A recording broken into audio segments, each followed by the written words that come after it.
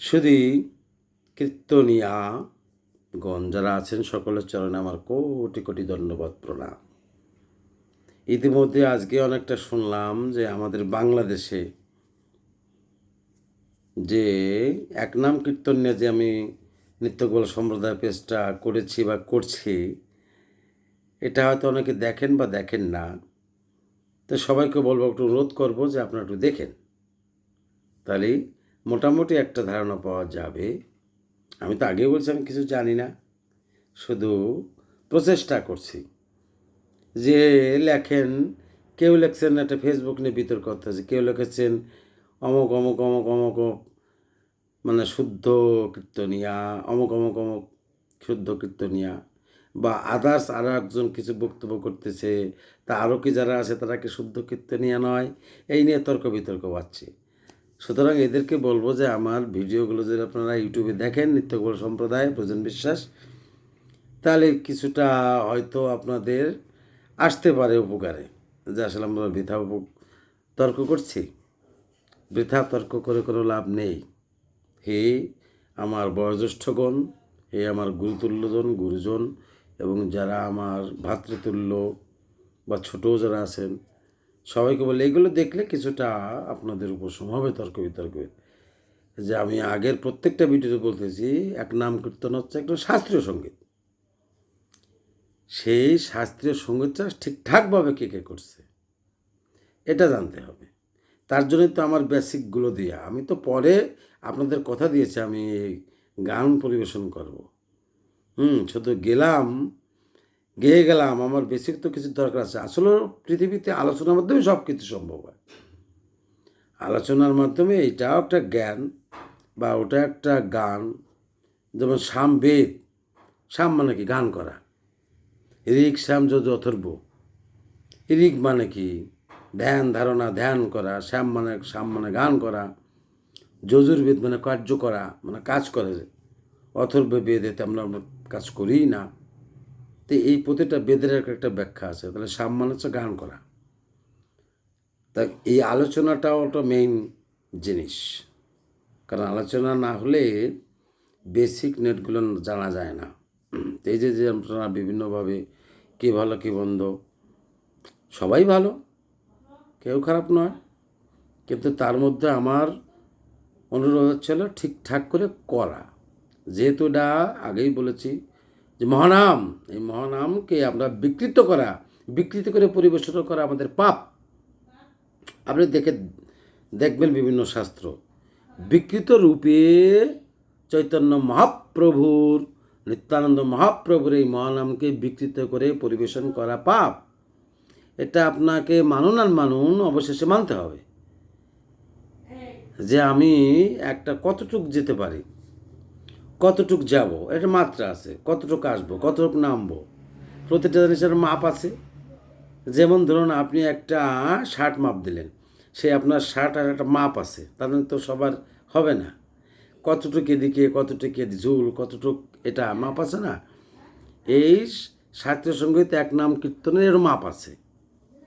এর মাপ মেপে মেপে করতে হয়, সারগাম ধরে ধরে করতে হয়। আবার অনেকে বলে না, হরিনাম সংকীর্তন মিশিয়ে মিক্সড করে না করলেই প্রেম হয়, অনেকে বলে। এটা না না না, আপনাকে মিশিয়ে গাইলেই যে প্রেম হবে আর সঠিক রূপে গাইলে যে প্রেম হবে না তা তো নয়। আপনি একবার প্রচেষ্টা করে দেখেছেন যে সঠিক রূপে যদি তানসেন দীপক রাগে আগুন ধরাতে পারতেন, আবার মেঘ রাগে বৃষ্টি নামাতে পারেন, তাহলে আপনার কেন 7-5 যোগাখিচুড়ি করে গাইতে হবে?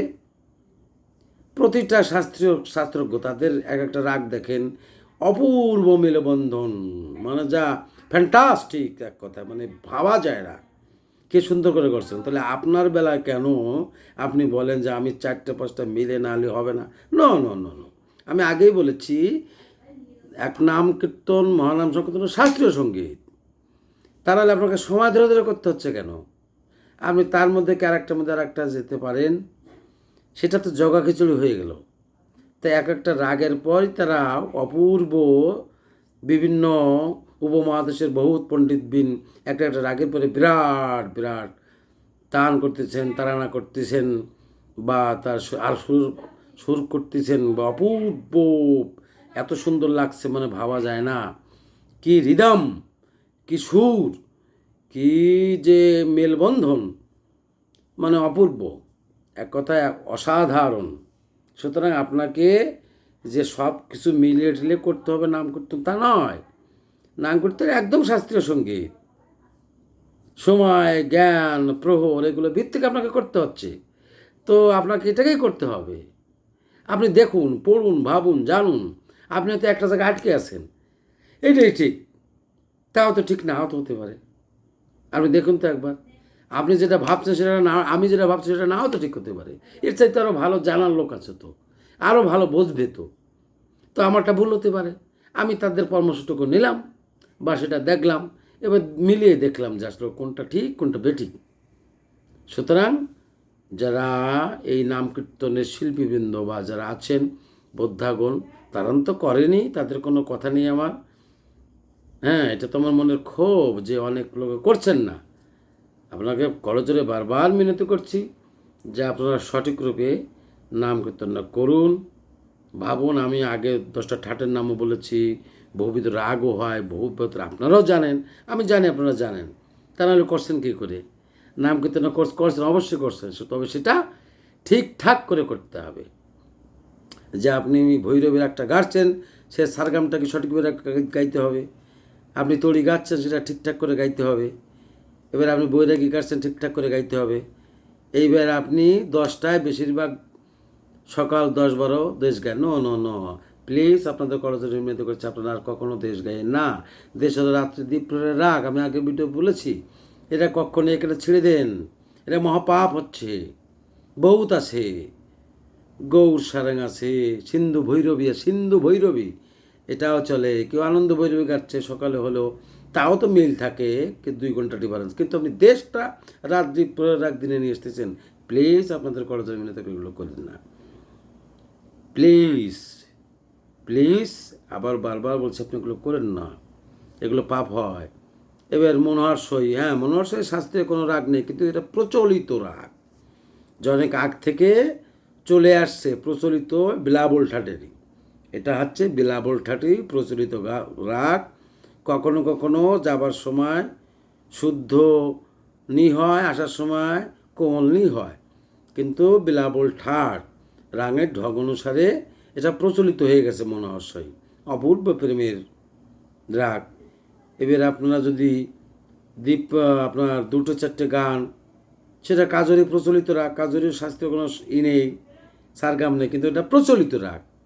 নজরুল সঙ্গীত অনেক, নজরুল ইসলাম অনেক কাজরি গাহিয়া চলে গোপলনা, অপূর্ব, এর গান আছে প্রত্যেকটা রাগে, এটা গাইতে পারেন। তারপরে জিজিরটা আপনারা পরিবেশন করা ঠিক না, জিজির রাত্রি দ্বীপ্রের রাগ, কিন্তু আপনারা নিয়ে আসছেন দুপুরে 2-4টা। প্লিজ আপনাদের করজোরে মিনতি করছি, আপনারা ঝিঝিরটা দুপুরে পরিবেশন করেন না। দুপুর দ্বীপ্রহরের রাগ হলো ঝিঝির, সেটা নিয়ে আসছেন দিন দ্বীপ্রহরে, এটা কিন্তু পাপ হয়। চৈতন্য বাবু নিত্যানন্দ মহাপ্রভুর অনুসারে এটা পাপ হয়। এতে বহুত অনেক ভাঙতি আছে, সেই ভাঙতিগুলো গাইতে পারেন। তারপরে আবার আপনি 4টে-6টা ভীম প্লসে চলে আসলেন বা মধুমন্তীর চলন করলেন, হ্যাঁ, আবার 2টোয় আবার বৃন্দাবনে সারাং করলেন, তা তো কোনো অসুবিধা নেই। সব সারাং তো কাপিটাটে, এগুলো করলেন। তারপরে পটদ্বীপ গালেন, এগুলো গালেন, মারবা গালেন, অসুবিধে নেই। ভোপালিও টাচ করতে পারেন, সমস্যা নেই। বহুত রাগ আছে তো। এবার সন্ধ্যায় আপনি ওই যে আপনার পুরিয়া গালেন, পুরিয়া কল্যাণ গালেন,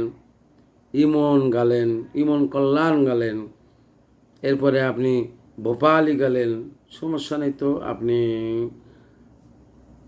আপনার অনেক রাগ আছে তো, সন্ধ্যায় অনেক গাইতে পারেন, হংসধ্বনি গাইতে পারেন, প্রথম ঠাট, মানে আপনার প্রথম 6টা-8টা রাত্রি প্রথম প্রহরে হংসধ্বনি গাওয়া যায়, এগুলো গাইতে পারেন।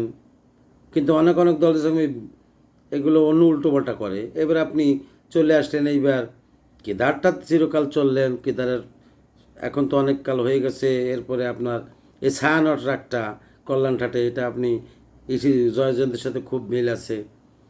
এটা গাইতে পারেন। ছায়ানো একটা চলন ধরে আপনি জয়জয়ন্তী যেতে পারেন। খামাস ঠাটে এই উভয় গা উভয় নি, এটা আপনাকে রাখতে হবে। অনেকে আমি দেখেছি শুনেছি যে যে টাচ করা বলে কি হলো না, ওটা শুদ্ধ কোমল গা কোমল এটা থাকবেই, খামাস ঠাটে এগুলো থাকবেই। তারপরে আপনি মেঘ রাগ গাইতে পারেন এখন বর্ষাকালে। আর যদি হেমন্তকাল পড়ে যায় তখন হেমন্ত রাগ গাবেন। কিন্তু অনেকে দেখছি আমি বর্ষাকালে সে হেমন্ত রাগ গাচ্ছে। না না না, হেমন্ত রাগের হেমন্ত সময় গাবেন। আর বর্ষাকালে যদি বর্ষা ঋতু গান মেঘ রাগ গাবেন, ব্যাস হয়ে গেল। এবারে আপনি সিন্ধুটা অনেক দীর্ঘকাল চলতেছে, অনেক রাগ গা যায়। মানে সিন্ধুটা না গাইলে যদি আপনি আগামাথা বাগেশ্বর গান সমস্যা নেই, আপনি আগামাথা যোগ গান সমস্যা নেই। হ্যাঁ, এগুলো আপনি ধরলেন বা রাগের চলন ধরলেন বা অন্য কিছু অনেক কিছু ধরে এখন ধরলেন, কোনো অসুবিধা নেই, কিন্তু সেটা সময়ের সাথে মিল থাকে। এরপরে সিন্ধু বা গাইলেন বা যোগ গাইলেন বা বাগেশ্রী গাইলেন। কিন্তু আমার বিশেষ অনুরোধ, এই মালকোষটা আমরা দীর্ঘকাল থেকে 10-12 বছর গেয়ে থাকেন। আসলে মালকোষ তো এই সময় রাত্রি দ্বীপ্রহরের রাগ নয়, এটা রাত্রি তৃতীয় প্রহরের রাগ। প্লিজ আপনাদের কাছে আবার করজোরে প্রার্থনা করছি, আপনারা মালকোষটা একটা 10-12টা গাই পরিবেশন করেন না। শাস্ত্রীয় সঙ্গীত দেখবেন যেটা হলো রাত্রি তৃতীয় প্রহরের রাগ, কিন্তু সবাই কমন করে পেয়েছে মালকোষ। মালকোষ কখনোই, যত শাস্ত্র দেখবেন মালকোষ 10-12টা হবে না হবে না হবে না, এটা অপরাধ। এটা রাত্রি তৃতীয় প্রহরের রাগ। তো আপনি অন্য অনেক বহুত কিছু আছে সেগুলো গাইতে পারেন। 12টা আপনি মল্লার দেখেন অনেক প্রকার আছে, দেশ মল্লার, সুরমল্লার, সুরদাসী মল্লার, তারপরে আপনার মল্লার অনেক বহু বহু মল্লার আছে, 5টা রকমের মল্লার আছে। এই মল্লারগুলো আপনি পরিবেশন করতে পারেন। হ্যাঁ, যে আপনি যাবার সময় শুদ্ধ নিয়ে আসার সময় কোমল এটা আপনার দেশ মল্লার হয়ে গেল। এবার সুরদেশী মল্লার কী করে হয়, স্রোট মল্লার বহুত মল্লার আছে, গাইতে পারেন। হ্যাঁ, আপনি শিবরঞ্জনী টাচ করতে পারেন, রাত্রি আরও পরেও গাইতে পারেন, সমস্যা নাই, এতে কোনো অসুবিধা নয়। তো এবার আপনি দুটো বিহাগের বহু শ্রেণী আছে, মরু বিহাগ, নটবিহাগ। সেই বিহাগের সাথে আপনি রাস করতে পারেন, অনেকে নিয়ে এসে আগে রাসটা ওই সময় করতে পারেন 2-4টে। তারপরে আপনি কলাবতী গাইতে পারেন। এগুলো গেলে আপনি এখন মালকোষ গাইতে পারেন তৃতীয় প্রহরে। এরপরে তো আপনার 4টে চলে আসলো আপনার সেই আমাদের আকাঙ্ক্ষিত ললিত। আসলে ললিতটা আমরা কজনা গিয়ে থাকি বলুন তো, এটাই আমার দ্বিমত। ললিতটা সঠিকভাবে, ললিতটা হলো উভয় মা, মানে কড়িমা প্লাস শুদ্ধ মা, সঠিক লাগে না বিধায় ভৈরব, মানে ভৈরব ঠাটে, মানে অহির ভৈরবের রাগটা ভৈরব ঠাটে ভৈরবটা লাগিয়ে আমরা অনেক সময় করে থাকি। কিন্তু ওইটা কিন্তু আপনার ললিত নয়, সবাই ধরে নেয়, ললিতটা আলাদা। এইভাবেই পরিবেশন করবেন। আজকে এই পর্যন্ত থাকলো। সকলে নমস্কার, প্রণাম। আমার কথা রাগ দেন না, শুদ্ধ নামের পক্ষে আছে, আপনারা সবাই আসুন শুদ্ধ হরিনাম সংকীর্তনের পক্ষে। সবাই ভালো থাকবেন, সুস্থ থাকবেন।